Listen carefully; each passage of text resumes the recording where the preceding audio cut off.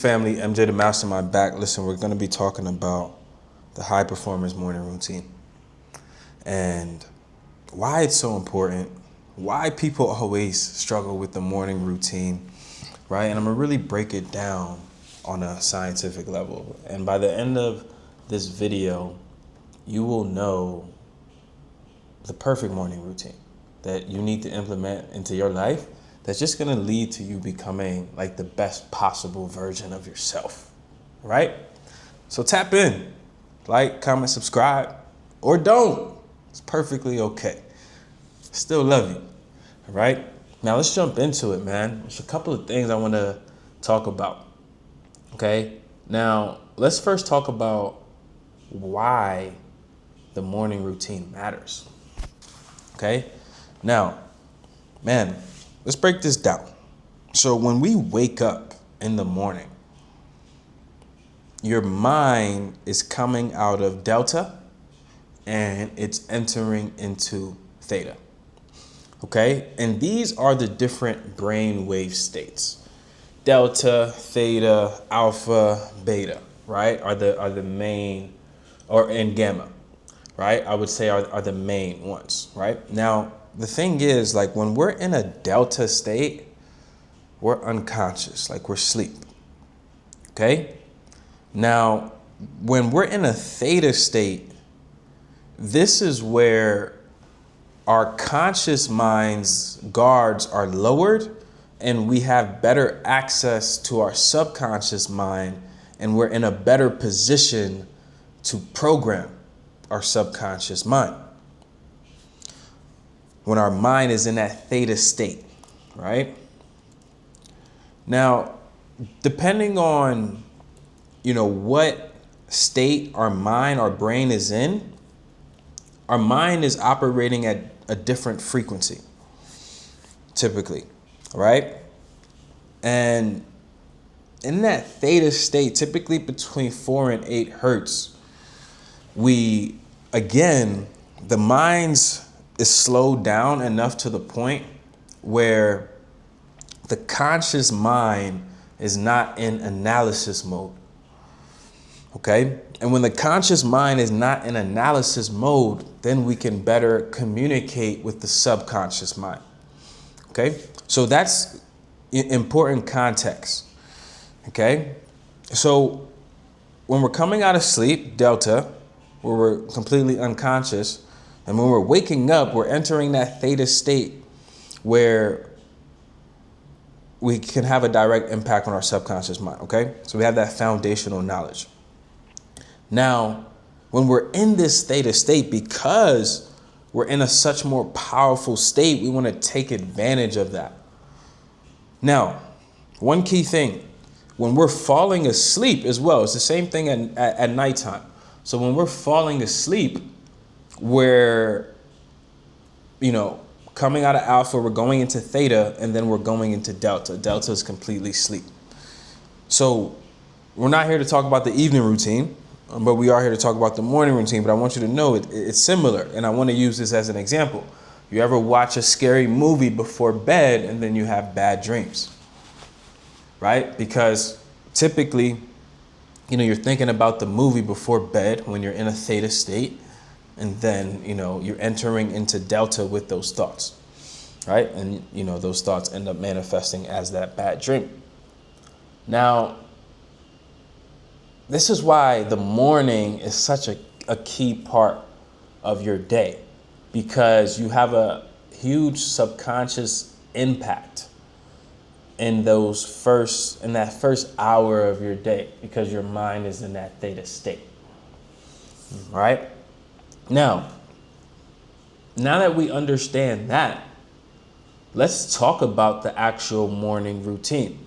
Now, shouts out to Hal Elrod, because, Hal Elrod is, he wrote the book, The Miracle Morning Routine. And he did a great job. He studied a lot of successful people, and what he came to find was that there was this commonality between these successful people. And the commonality between these successful people and their morning routine was these 6 practices. Okay? And the practices are broken down into an acronym called SAVERS. Okay? SAVERS. SAVERS. Okay? And the first, I'm going to break it down like this: silence, affirmations, visualization, exercise, reading, and scribing. Okay? Now, I've been doing this off and on for years, and I've seen the benefits. But I've been really, really locked into this over like the last like 30 days, like not missing, right? And I have to say, like, it's really transformational, right? So when it comes to silence, silence can be viewed as meditation, right? I would say meditation is one of the best forms of silence. And meditation is one of the most beneficial things that you could possibly do for your mental health, right? Numerous studies have been done on this. It's well documented. It's well, researched, the benefits of meditation and mindfulness, right? Now, meditation can look like really just sitting down and trying your best to focus on your breathing. A lot of people complicate meditation, but really, your mind is going to drift. You're going to think about random stuff. Your job during meditation, your main intention is just to focus on your breathing, okay? I know that sounds like really simplistic, but when your mind drifts and you think about what you're going to be eating for dinner or something random that may have happened that day, whatever it may be, your guys just go back and put your focus on your breathing, right? That's meditation simplified. Obviously, there's different forms. But what meditation does, it just makes you more grounded in the sense that you have more clarity, less brain fog, less anxiety, less stress, right? Right? But that's just one thing, right? The next thing is affirmations. And affirmations are great because it forces your mind in a specific direction, okay? Affirmations are not the end-all, be-all, but it forces your mind. You are forcing your mind to think a thought. And forcing your mind to think a thought is forcing your mind in a specific direction, which is good. You can force your mind in a direction which is positive, right? But a lot of people get affirmation wrong. A lot of people don't do affirmations correctly. And affirmations, the best type of affirmations are identity-based affirmations, right? Not outcome-based affirmations. Like, I am the type of man that is disciplined, diligent, consistent, and it shows up in my results, right? I'm not attaching it to a specific outcome. I'm identifying with a specific identity, right? I'm affirming a specific identity. So affirmations done correctly. Next thing is visualization. Visualization is very, very important. It's one of the most powerful things that you can do to put yourself in alignment with your vision. And visualization really just means putting yourself in the scene of you achieving and accomplishing what it is that you're striving for, right? So just putting yourself in different scenes of that movie, right? And feeling the feelings and actually putting yourself there, not seeing yourself in third person, but putting yourself in first person and actually seeing yourself in the position that you're striving for, okay? Exercise, right? Getting a nice workout in the morning, getting the heart rate up, right? Making you feel alive. I'm sure I don't have to, go down the benefits of exercising. We all know that. Next step is reading. Reading is great. right? It's a form of personal development, learning, challenging your current opinions, giving you new ideas, new thoughts, and that could lead to certain breakthroughs. Okay, and listen, guys, all you got to do is read 10 pages a day. Like 10 pages a day, you could read at least a book a month. And when I say 10 pages a day, I mean active reading. Like active reading, highlighting, not audio book, like not doing something else while you're reading or listening, like really active reading. And you could really, and I've been somebody that has read 50 books in a year, right? Over 50 books in a year. And I will tell you straight up, like I don't remember a lot of stuff from those books, right? Because I was just getting through them. Obviously in the moment while I was reading them, I thought that I was getting a lot from them.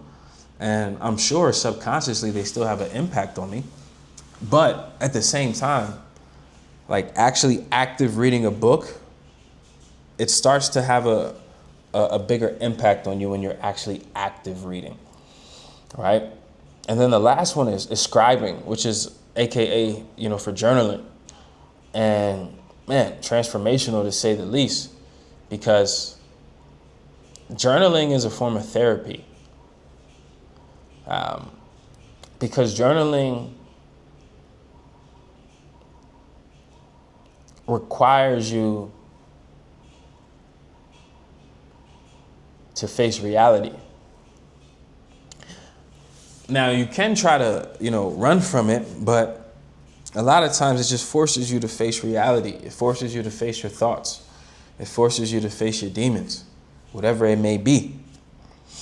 And when you combine all of these things and do it consistently, it has an extremely powerful compounding effect. Okay? And this is all you need to do. Guys, this routine can really be 30 minutes to an hour, right? Whatever fits you, whatever is the best fit for you. Well, the exercising, if you like a whole workout, I know that's not going to be like 30 minutes to an hour, but maybe if you're somebody that's like, your schedule is like really, really crazy, even if you get like a 1K run-in should not be more than, 7 to 10 minutes, right?